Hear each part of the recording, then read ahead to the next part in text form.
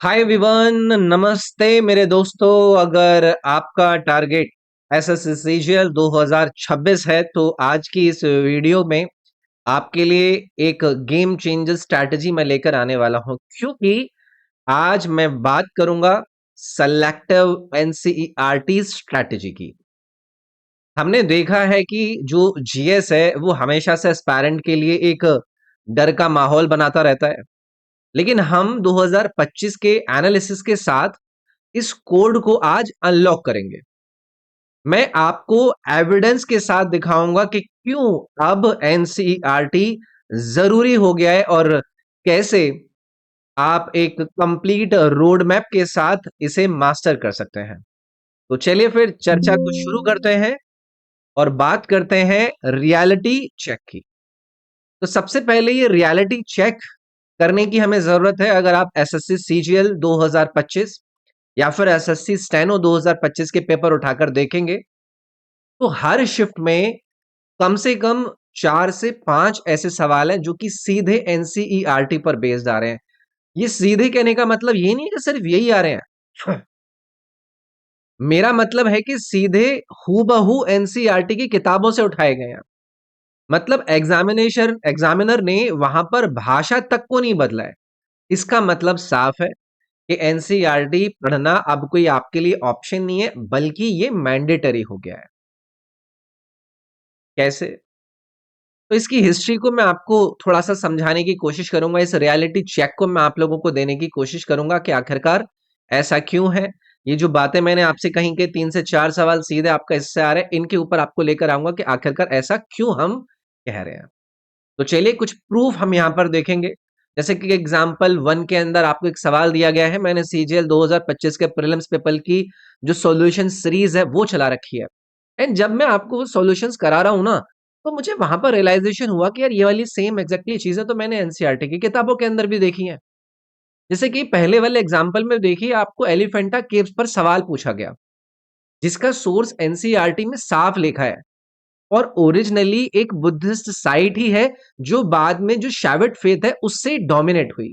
आप एग्जाम्पल 2 में यहाँ पर एक सवाल देखेंगे जहां पर जो आपका ये जो स्वराज जाति है ये क्या है, तो इसके म्यूजिक पर एक सवाल है जो कि कर्नाटक का एक पुराना म्यूजिकल फॉर्म है।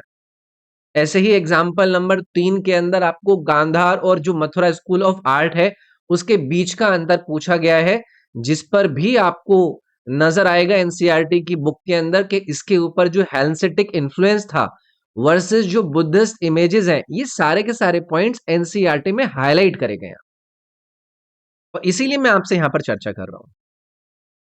ऐसे ही आपको ज्योग्राफी और उसके डायग्राम से संबंधित कुछ चीजें नजर आएंगी। तो ज्योग्राफी में तो एग्जामिनर अब डायग्राम से भी सवाल बना रहे हैं। जैसे कि जो लैंडस्लाइड्स होती हैं उसमें पूछा गया कि भाई जो बैकवर्ड रोटेशन है वो बताइए किसके अंदर होता है। तो इसका जवाब एनसीईआरटी का ये जो स्लंप वाला डायग्राम है ना उसके अंदर साफ दिया हुआ है। ऐसे ही जो लाइमस्टोन की केव्स होती हैं उसमें स्टेलसाइट जो होता है और जो स्टेगमाइट होता है उसके बीच का अंतर आपको क्लियरली नजर आएगा। मतलब एनसीईआरटी का तो फॉर्मेशन उन्होंने चित्र और इमेजेस के जरिए उसको प्रॉपरली दर्शा रखा है और ये सवाल आप सेकंड में सॉल्व कर सकते हैं अगर आपने एनसीईआरटी को अच्छे से फॉलो किया हो। लेकिन अब आपके दिमाग में इश्यू आ रहा होगा कि यार दुविधा सर जी थोड़ी सी ये है कि चीजें तो बहुत सारी हैं, बहुत सारी किताबें एनसीईआरटी बहुत सारी हैं, 6 से लेकर 12th तक, और इतना समय किसी के पास नहीं है कि सब कुछ पढ़ने का जो आरओआई है यानी कि जो रिटर्न ऑन इन्वेस्टमेंट है वो बहुत लो होगा। इतना समय थोड़ी ना लगाएंगे। तो इसका सॉल्यूशन है कि आपको सेलेक्टिव रीडिंग करनी पड़ेगी। हमें 100% या फिर 50% सिलेबस नहीं पढ़ना है, हमें सिर्फ वो स्पेसिफिक टॉपिक्स पढ़ने हैं जहां से एग्जामिनेशन के अंदर जो एग्जामिनर है उसका फोकस आपको नजर आ रहा है। तो अब हमसे ये पूछा जाए कि अब हमें बताओ कि भाई ऐसे कौन से टॉपिक है जहां से सवाल आते हैं, यानी कि हाई यील्डिंग टॉपिक्स है। तो वो टॉपिक कौन से हैं हिस्ट्री में? जैसे कि स्कूल ऑफ आर्ट्स है, आर्किटेक्चर्स है, टेम्पल्स, केव्स या फिर म्यूजिक और डांस, उनकी जो कोर थ्योरी है ना वहां से आपके सवाल वो पूछ रहा है। ज्योग्राफी के अंदर वो लैंडफॉर्म से सवाल पूछ रहा है, सेटलमेंट्स यानी कि जो बस्तियां हुआ करती थी या फिर पॉपुलेशन बेस्ड वो सवाल आपसे पूछ रहा है। और इसी तरीके से इकोनॉमिक्स में इकोनॉमिक हिस्ट्री या फिर 1991 के जो रिफॉर्म्स हैं, याद रखिए बाजार की जो नॉर्मल जीएस की बुक्स है ना, वो इन टॉपिक्स पर अभी अपडेटेड नहीं है। तो ये एक मेन चीज मैंने इस पिछले कुछ समय में जीएस के जो आप लोगों के लिए मैं सॉल्यूशंस प्रोवाइड कर रहा हूं, उनको तैयार करते हुए देखी। अब इसके बाद हम क्या करेंगे, तो मैंने आपके लिए एक 30 चैप्टर्स स्ट्रेटजी और एक सोर्स तैयार करा है। हमें पूरी लाइब्रेरी नहीं पढ़नी है। मैंने आपके लिए 30 मोस्ट रेलेवेंस चैप्टर सेलेक्ट किए हैं। अगर आप रोज सिर्फ 30 से 40 मिनट देते हैं ना, तो 60 दिनों में आपका पूरा एनसीईआरटी कवरेज हो जाएगा। और इसके लिए हमें एक सही तरीके की पीडीएफ तैयार करनी होगी, या फिर जो आपका एनसीईआरटी का पूरा पीडीएफ वाला सोर्स है, उसमें काम के चैप्टर हमें निकालने होंगे। अब वो हमें कैसे करने पड़ेंगे? तो उसके लिए राइट टाइम किसके लिए कब सही है? तो देखो, अब सवाल है कि शुरुआत हमें कब करनी है। अगर कोई रिपीटर है जो आपका पहले एग्जाम दे चुका है, अगर आपका सिलेबस कंप्लीट है, तो आज ही आप अपनी एनसीईआरटी की जो कंपाइलेशन है उसको उठाएं और उसको पढ़ना शुरू करें। और दूसरे केस में आते हैं वो स्टूडेंट्स जो कि अभी जस्ट शुरुआत कर रहे हैं, वो बिगनर है, तो आप सीधे एनसीईआरटी ना उठाएं, पहले अपना जो मेन सोर्स है, जैसे आपको मैं इस यूट्यूब चैनल पर लूसेंट जीके की सीरीज चला रखी है, मैंने फाउंडेशन जीके चला रखा है, उससे आप अपना सब्जेक्ट पूरा करें एंड देन उसके बाद आप एनसीईआरटी पढ़ें। सो दैट के जो बेसिक है ना, वो बेसिक समझ होने पर ही आपको एनसीईआरटी का फायदा होगा। ठीक है, इसकी ना मैंने आपको पढ़ने के एक 4 स्टेप की एल्गोरिदम तैयार करी है कि एनसीईआरटी पढ़ने का एक साइंटिफिक तरीका। जिसमें पहले राउंड के अंदर मुझे क्या करना होगा कि आप रीड करेंगे और मार्क करेंगे, मतलब पढ़ेंगे और चीजों को अंडरलाइन करेंगे। दूसरे राउंड के अंदर आप पहला रिवीजन यानी कि सिर्फ जो आपने लाइंस को मार्क्ड किया था वो करेंगे। तीसरे राउंड में आप कंसोलिडेशन करेंगे और चौथे राउंड के अंदर आप शॉर्ट नोट्स यानी कि वन लाइनर्स तैयार करेंगे। तो हमारा गोल है कि 350 पेजेस की जो किताब है उसको 40 से 50 पेजेस के नोट्स में बदल दिया जाए। अब आप कहोगे कि जी ये सारे के सारे पेजेस कहाँ पर है? तो देखो, मैं चाहता तो ये आपसे कहता कि मेरे एप्लीकेशन पर जाओ, मैंने वहां पर सारी एनसीईआरटी की पीडीएफ डाल दी है। बट मैं आपसे कहूंगा कि एक ऑथेंटिक सोर्स आप लोगों के लिए जो रहेगा वो रहेगा एनसीईआरटी की ऑफिशियल वेबसाइट। आप वहां पर जाओ। एनसीईआरटी की कक्षा 6 से यानी कि 6 क्लास से आपको 10वीं क्लास तक की एनसीईआरटी डाउनलोड करनी है। और इसमें आपकी जो सोशल साइंस है या फिर जो साइंस है, सिर्फ उनकी किताबों को डाउनलोड करना है, बाकी का कुछ नहीं करना है। मतलब जिसमें जीएस स्पेसिफिक चीजें हैं, जिसमें ज्योग्राफी के बारे में बातें पता रखी हैं, जिसमें हिस्ट्री, जिसमें पॉलिटी, जिसमें इकोनॉमिक्स, जिसमें साइंस, ये चीजें नजर आ रही हैं। समझ रहे हैं इस बात को? और जब आप उन चीजों को पढ़ेंगे तो उसके बाद आप इस 4 स्टेप के एल्गोरिदम को फॉलो करेंगे। अब इसके बाद क्या है, हमारा जो राउंड 1 था, उस पर आते हैं जहां पर हमें फिल्ट्रेशन करना है या फिर इस फिल्ट्रेशन स्ट्रैटेजी को बनाना है। तो राउंड 1 में फिल्टरिंग जो है उसको सीखना जरूरी है। जैसे कि स्टोरीज है, उन स्टोरीज के अंदर आपको क्या करना है, जो स्टोरी है उस स्टोरी को पहले आपको समझना है। उस स्टोरी को जब आप देखेंगे, कहां गया, उस स्टोरी को जब आप देखेंगे तो आपको चीजें नजर आएंगी कि भाई स्टोरीज और इंट्रोडक्शन को स्किप करें, आप फालतू की चीजें ना पढ़ें। मतलब बस एक बार आप पढ़कर चीजों को छोड़ दें। एक पेज पर मुश्किल से आप 3-4 इंपॉर्टेंट लाइन आप देखें, उनको आप लाइन मार्क कर दें, बस रीड आउट करना है आपको। एक पेज पर बस 3 से 4 मिनट। और सबसे जरूरी है 304 मतलब लाइंस। और सबसे जरूरी है कि अपने बॉक्स बनाकर चलें। और अगर कोई इमेज दी गई है, इमेज के नीचे लिखा जो डिस्क्रिप्शन है वो कभी भी आपको मिक्स नहीं करना है। ठीक है, अब फिर दूसरी चीज पूछेंगे कि जी मार्क क्या करना है, ये तो बताइए। तो देखो, एक एग्जांपल देखते हैं, जैसे कि प्री हिस्टोरिक पेंटिंग्स का। हमें उसमें क्या मार्क करना है, जो प्लेस का नाम है। जैसे कि लकुदियार है, ये क्या है कि रॉक शेल्टर है, उत्तराखंड के अंदर है, जो कि सुयाल नदी के किनारे है। तो ये फैक्ट नॉर्मल बुक में आपको नहीं मिलेगा।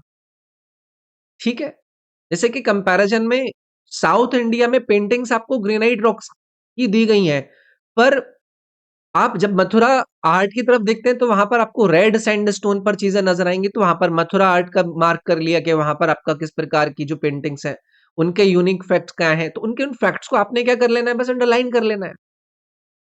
तो इस तरीके से हमें मार्क करनी है चीजें, और एक पेज पर 3 से 4 लाइन है बस। फिर बहुत से लोग पूछते हैं कि जी सीधे नोट्स क्यों ना पढ़ लें। तो देखो, सिर्फ रटने से आप, अगर कोई भी सवाल में उन्होंने थोड़ी सी भी चीज आपको ट्रैप करने की कोशिश कर दी ना, तो उसमें आप फंस सकते हैं। और बस आप अगर उसमें फंस गए तो आप नेगेटिव मार्किंग ले लेंगे। समझ रहे हैं? तो सेल्फ रीडिंग से आपका जो एक इंट्यूशन है ना, वो बिल्ड होने लगता है और आपको कॉन्टेक्स्ट समझ में आने लगता है कि मतलब एक्चुअली में इसके अंदर हो क्या रहा है, ठीक है? और उससे ही आपको एग्ज़ाम में जो लॉजिकल एलिमिनेशन है, वो आपका पॉसिबल हो पाता है। तो ये ज़रूर करना है कि आप रटें ना, आप वहाँ पर बिल्ड करें अपना इंट्यूशन कि भई आपने रीडिंग करी है, बस आप उसको समझते हुए चल रहे हैं। एंड देन हमारा राउंड 2 और राउंड 3 जिसमें हमें क्या करना है, कंप्रेशन करना है चीज़ों का। तो राउंड 3 और 3 में हमें कोई नई चीज़ नहीं पढ़नी है। हमारा टारगेट सिर्फ वही लाइन्स और बॉक्सेस होंगे जिन्होंने अपने वन फर्स्ट राउंड के अंदर हमने मार्क किया था। इससे जो हमारी रिवीजन की एफिशिएंसी ना वो बढ़ जाएगी और हम इंपॉर्टेंट पॉइंट्स को कंसोलिडेट कर पाएँगे। ठीक है? उसके बाद हमारा राउंड नंबर 4 जिसको हम फाइनल एसेट यानी कि शॉर्ट नोट्स के रूप में समझते हैं। तो 3 राउंड्स के रिवीजन के बाद ही आप नोट्स बनाएँ। बची हुई जो इम्पोर्टेंट लाइन्स थी ना उनको वन लाइनर फॉर्मेट में लिखें। ये 40 से 45 पेजेस का नोट्स आपका फाइनल एसेट होगा और यही 40 से 50 जो पेज है ना एग्जाम से पहले आपको इन्हीं को पढ़ के जाना है, बार-बार आपको रिवाइज करना है, बस यही नहीं पर आपको ध्यान देना है। ठीक है? अब भाई हम फाइनल निष्कर्ष पर आते हैं, कंक्लूजन पर आते हैं। तो मेरे दोस्तों, रोड मैप सिंपल है। कंपाइलेशन जो भी आप लोगों की तैयार आपको करनी है, मैं अपने यूट्यूब पर भी प्रोवाइड करने की कोशिश करूंगा, लेकिन मैं आपसे सिंपल ये भी कहूंगा कि आप लोगों को क्या करना है, खुद से काम करना है। आगे समय मिलेगा तभी मैं अपने आपके एप्लीकेशन पर ये चीजें डालूंगा, बट आपको क्या करना है, आप एनसीईआरटी के ऑफिशियल वेबसाइट पर जाओ। 6 से लेकर 10 तक की जो जनरल स्टडीज है, जनरल स्टडीज के अलावा जो साइंस है, उसको डाउनलोड करो एंड देन उसको सिर्फ रीड आउट करो, सिर्फ पढ़ो। एक इंट्यूशन डेवलप होगा और जो मेन पॉइंट है हर पेज पर 3 से 4 आपको लाइन खींचनी है। सेकंड बार में आओगे आप फिर से उन्हीं को देखोगे एंड थर्ड बार में आप उनके शॉर्ट नोट्स बनाकर बार-बार उसको रिवाइज करोगे। तो ये आपके उन 25 सवालों में से आपके पास एक अच्छा खासा नंबर दे देगा यार। बहुत आप कॉन्फिडेंट फील करेंगे। लेकिन अगर मान लो किसी ने ये चीज़ें क्या कर रखा है, पढ़ी नहीं है, ठीक है? किसी ने ये सारी की सारी जो चीज़ें हैं वो अभी तक पढ़ी नहीं है कि भई हमारा फाउंडेशन तैयार नहीं है। तो अरे इस यूट्यूब चैनल पर कंप्लीट ल्यूसेंट जीके प्रोवाइड कर रखी है यार मैंने आपको। इतना लेंथी डिस्कशन उसके अंदर मैं कर रहा हूँ, उन सारी की सारी वीडियोज़ को सही तरीके से पढ़ना शुरू करो। ऐसे ही मैंने फाउंडेशन जीके का अपना एक सीरीज़ स्टार्ट करा हुआ है। उसमें प्रॉपर चैप्टर वाइज़ और एकदम सीक्वेंस वाइज़ मैं चीज़ों को कवर करा रहा हूँ। तो वो आपका फाउंडेशन तैयार कर देंगे, इवन सवालों के रूप में आपको तैयार कर देंगे। उसके बाद बस ये वाला एक और काम कर लोगे आप, तो आप जो एक्स्ट्रा चीज़ें हैं ना, जो कि थोड़ी-सी हाथ से बाहर चली जाती हैं, वो भी आपके पकड़ में आने लग जाएगी। तो यार ये एक इम्पोर्टेंट वीडियो मैंने आप लोगों के लिए तैयार करने की कोशिश करी है। शायद आपको इससे थोड़ा-सा मैं गाइड कर पाया हूँ कि आपको आगे क्या करना है, आगे चीज़ें किस तरीके से आपको अपने लिए तैयार करनी है। बर्डन ना तैयार करें, एकदम बेसिक तरीके से बेसिक चीज़ें जो चल रही हैं उनको करें। साथ में ये 30 से 40 मिनट की एक एक्टिविटी आप अगर अपनी तैयारी में इंक्लूड कर लोगे तो आपको बहुत अच्छा फ़ील होगा। मैं चाहता तो आप लोगों से बोल सकता था कि देखो मैंने आपके लिए एक पीडीएफ तैयार करी है, उसके मुझे आप 150-200 रुपए दे देना। कोई ज़रूरत नहीं है उन सब चीज़ों की। वो सब चीज़ें बाकी के कामों में हम कर लेंगे, बाकी के कोर्स के अंदर कर लेंगे, लेकिन एनसीईआरटी के लिए एनसीईआरटी के ऑफ़िशियल वेबसाइट पर जाकर चाहे हिंदी माध्यम में, चाहे अंग्रेजी माध्यम में आप छठी से लेकर 10वीं क्लास तक की जो जर्नल स्टडीज़ और साइंस की बुक्स हैं, उनको डाउनलोड कर लें एंड देन उनके ऊपर मार्किंग करें। जैसे मैंने आपको बताया है, उनको उन्हीं 4 राउंड के हिसाब से तैयार करें। एक बार का आपका एफर्ट रहेगा, 60 दिन में आपकी ये जो पूरी की पूरी स्ट्रैटेजी है, वो कंप्लीट हो जाएगी। तो चलिए इस वीडियो में इतना ही। थोड़ी-सी भी अगर सीख मिली हो तो इस वीडियो को लाइक कर दीजिएगा, कमेंट ज़रूर कीजिएगा। बाकी जो सारे के सारे इम्पोर्टेंट लिंक हैं, इस वीडियो के डिस्क्रिप्शन में है, वहाँ पर आप लोग मेरे साथ जॉइन कर सकते हैं। इंस्टाग्राम का भी लिंक डिस्क्रिप्शन में है, वहाँ पर आप लोग मेरे साथ जाकर पर्सनली भी कनेक्ट कर सकते हैं। तो चलिए मैं मिलूँगा आपसे नेक्स्ट वीडियो में, इसमें इतना ही। Thank you.